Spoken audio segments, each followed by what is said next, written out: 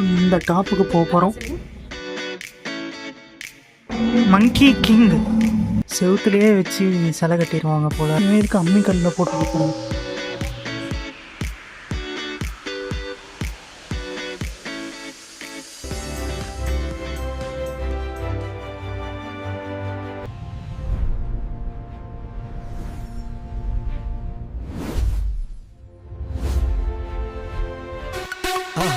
மறக்காம சர்ப்ரைஸ் பண்ணுங்க. தேங்க்யூ. இப்போ நம்ம ஜென்டிங் ஹைலாண்ட் போக போகிறோம். ஸோ இது வந்து மலேசியாவில் ஒரு கொடைக்கானல் மாதிரி ஒரு பியூட்டிஃபுல்லான பிளேஸ் இது. ஸோ இதுக்கு வந்து நாங்கள் பார்த்தீங்கன்னா கேஎல் சென்ட்ரலேருந்து பஸ் ஏறணும். அண்டு டிக்கெட் நாங்கள் ஆக்சுவலி ஆல்ரெடி ப்ரீ புக் பண்ணிட்டோம். அதில் ஒரு குட்டி சொதப்பலாயிருச்சு. 7:45 பஸ்ஸுக்கு நாங்கள் 7:50க்கு வந்தோம். ஆக்சுவலி வந்து உக்காந்துட்டோம், பஸ்ஸில் ஏறிட்டோம், பஸ்ஸில் உட்காந்ததுக்கப்புறம் தான் தெரிஞ்சது டிக்கெட் செக் பண்ணுறப்போ அது 8 மணி பஸ். ஆமாம், 7:45 பஸ் ஆல்ரெடி போயிடுச்சுன்ட்டாங்க. அப்புறம் மறுபடியும் வேறு வழி இல்லாமல் அதே பஸ்ஸில் 8 மணி பஸ்ஸில் அகைன் மறுபடியும் பே பண்ணி இங்கே ஜென்டிங் ஐலாண்ட் வந்தோம். ஸோ இங்கே வந்ததும் கிரவுண்ட் ஃப்ளோரில் அங்கே இறக்கி விட்ருவாங்க. வந்துட்டு நம்ம இங்கே மேலே வர்ற மாதிரி இருக்கும். இங்கே அரௌண்டு 3rd or 4th ஃப்ளோர்னு நினைக்கிறேன். ஸோ இங்கே வந்துட்டு இங்கே கூட டிக்கெட் எடுத்துக்கலாம். இங்கே வந்து கிரெடிட் கார்டு, டெபிட் கார்டு மாதிரி யூஸ் பண்ணி இங்கே டிக்கெட் எடுத்துக்கலாம். இல்லை அப்படின்னா ஆன்லைனில் கூட புக் பண்ணிக்கலாம். நாங்கள் ஆன்லைனில் தான் புக் பண்ணோம். ஸோ இந்த கேபிள் காருக்கு வந்து பார்த்திங்கன்னா அரௌண்டு ஒரு 250 வரும் பெர் ஹெட்டுக்கு. ஸோ இங்கே வந்து மார்னிங் எவ்வளோ சீக்கிரமாக வர முடியுதோ அவ்வளோ சீக்கிரமாக வந்துட்டால் பெட்டர். ஏன்னா நாங்கள் வந்து பார்த்திங்கன்னா சண்டே மார்னிங் வந்திருக்கோம். ஸோ இது க்ரௌட் கம்மி தான் ஆக்சுவலி. இதுவே ஆஃப்டர்நூன் டைம்லலாம் வந்தால் ரொம்ப க்ரௌடாக இருக்கும்னு சொல்கிறாங்க. இந்த மாதிரி பார்த்திங்கன்னா ரொட்டேஷ்னலாக நமக்கு கேபிள் கார் வந்துகிட்டே இருக்கும் லைனாக. நம்ம எதில் வேணாலும் ஏறிக்கலாம். நம்ம தனியாக போகணுன்னா கூட ஒரு கேபினில் வெயிட் பண்ணி ஏறிக்கலாம். இதுதான் என்னோடய ஃபஸ்ட்டு கேபிள் கார் எக்ஸ்பீரியன்ஸ்.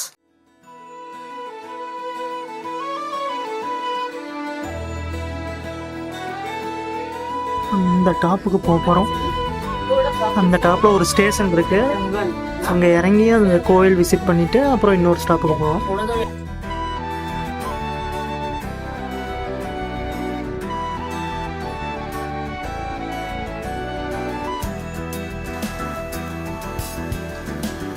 அங்கே ஸ்டாப்பில் இறங்கி நம்ம இப்படி கீழே நடந்து வந்து இந்த கோயிலுக்கு போகணும். வானம் பறந்து பார்க்க ஏங்கும் பூக்கள் சிறகை நீட்டுதா, ஓடும் நதியினிலே ஓடம் ஓய்ந்து கரையை தேடுதா. இங்கே இந்த டெம்பிளோட ஃபுல் மேப் வச்சுருக்காங்க. ஸோ இங்கே என்னென்ன ரெஸ்டாரண்ட்ஸ் இருக்குது, என்னென்ன அட்ராக்ஷன்ஸ் இருக்குது, ஹோட்டல், ஷாப்பிங், இந்த மாதிரி எல்லா டீட்டெயிலும் இங்கே இதில் வச்சுருக்காங்க. இதை நம்ம ஸ்கேன் பண்ணி டவுன்லோட் பண்ணிக்கலாம். நான் டவுன்லோட் பண்ணி அட்டாச் பண்ணியிருக்கேன். இதில் நீங்கள் ஃபுல் டீட்டெயில்ஸ் பார்த்துக்கலாம். சின்ஸ்வி கேவ் டெம்பிள் இங்கே தான் போகிறோம். ஸோ இங்கே ஒரு 7-8 ஃப்ளோர் கீழே இறங்கி நடந்து போகிற மாதிரி இருக்கும். எல்லா இடத்துலையும் இந்த மாதிரி வச்சுருக்காங்க. பரவாயில்ல, நான் கூட நடந்து போகணுன்னு நினச்சேன். இது இன்னும் ஈஸியாக இருக்குது. டெம்பிள் கிட்ட வந்துட்டோம். இங்கேருந்து வியூ சூப்பராக இருக்குது பார்க்க.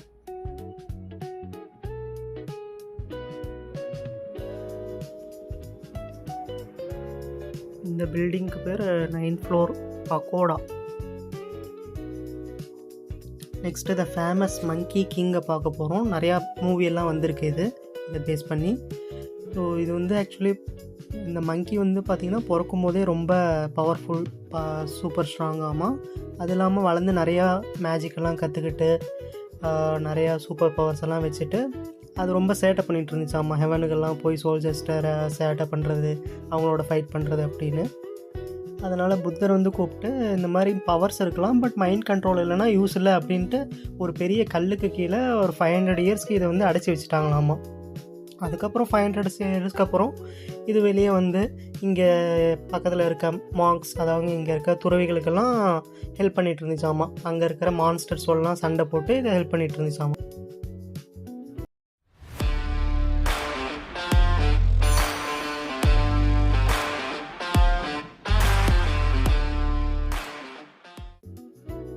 ஸோ இதெல்லாம் சைனீஸ் ட்ரெடிஷனில் வர்ற ஒரு காட்ஸ். ஆமாம், ஒவ்வொருத்தரும் பார்த்திங்கன்னா ஒவ்வொரு செக்ஷனில் இருக்காங்க. விஸ்டம், ப்ரொடெக்ஷன், குட் சோல் அப்படின்னு.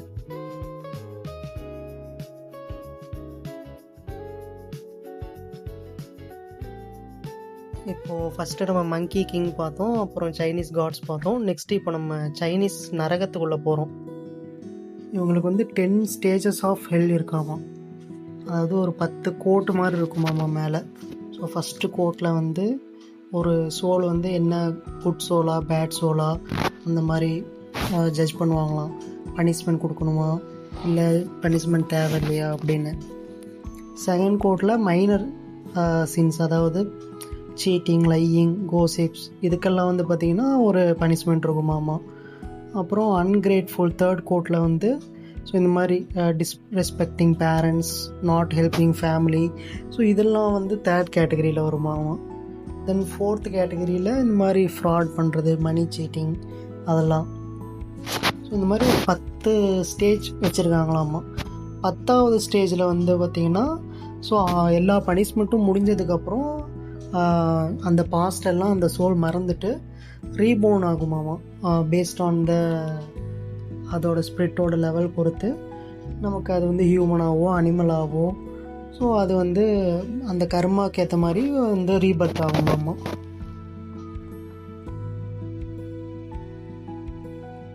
இவன் இதுக்கு அம்மிக்கல்லில் போட்டு ஊற்றுறாங்க, நாய் மேலே படுக்க வச்சு சாவடிக்கிறாங்க. விதவிதமாக இருக்கானுங்களே, ஃபைனல் டெஸ்டினேஷனே மிஞ்சிடுவானுங்க போல். ஆட்டேங்கப்பா, இங்கே பாருங்க இவ்வளோ பெரிய புத்தர். முன்னாடி போய் பார்ப்போம், செம்மையாக இருக்குது பார்க்க.